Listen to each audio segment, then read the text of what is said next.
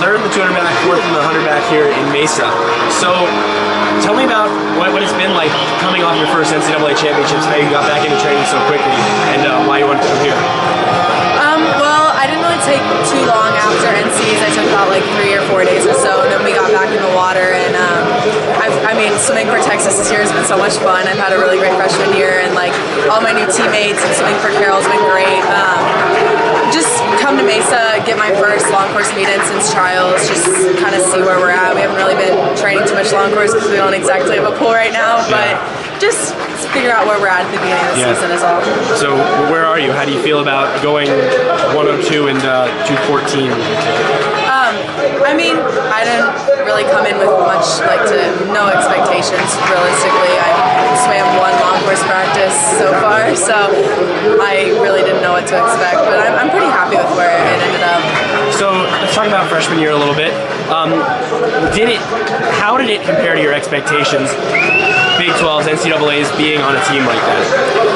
I didn't really know what to expect at first, but I mean, you start like dual meets, then you have invites and things like that, and like it's really cool to swim with a group of girls for one common purpose. There's like 20 of us, and we're all focused on the exact same thing, and it's, I mean, no matter who you are on the team, you have a role, and you learn where you fit and how the team operates and all that stuff. And Big 12s is a lot of fun.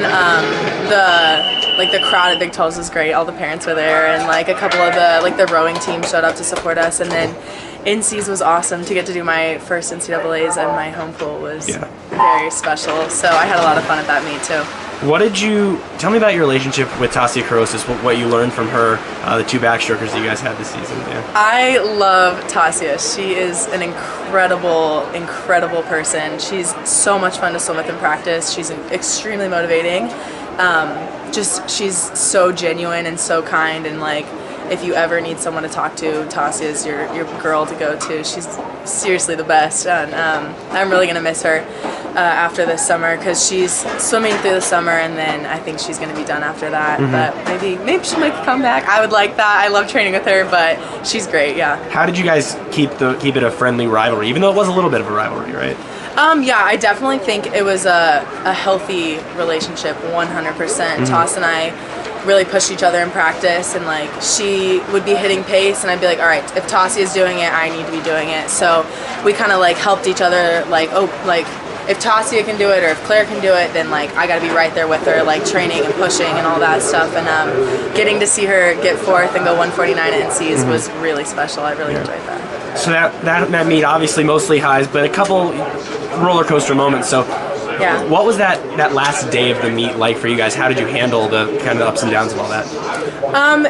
I mean, we went in like, let's just do our job, get things done, race hard, swim fast. I mean, that's really all you can ever ask of someone, is that they do their best and they try their hardest. And no matter how it turned out, we knew we were doing everything in our power that we could. So it was a lot of fun. Yeah. How proud were you of the way Remedy handled the situation? Remedy is an incredible athlete and person. She's grown. I obviously didn't know her a lot her freshman year since I was on the team, but just hearing the stories that people tell about her, she's grown so much in the past year, and she handled herself so well in that situation, and I was really proud of her in the way that she just held her head up and kept doing her thing. Speaking of people handling themselves well in difficult situations, you had one last summer when you had the broken foot at trials. So what do you think back on that whole situation now? Is it mostly like, I'm glad the way I handled it, or is it a bit of a bummer still?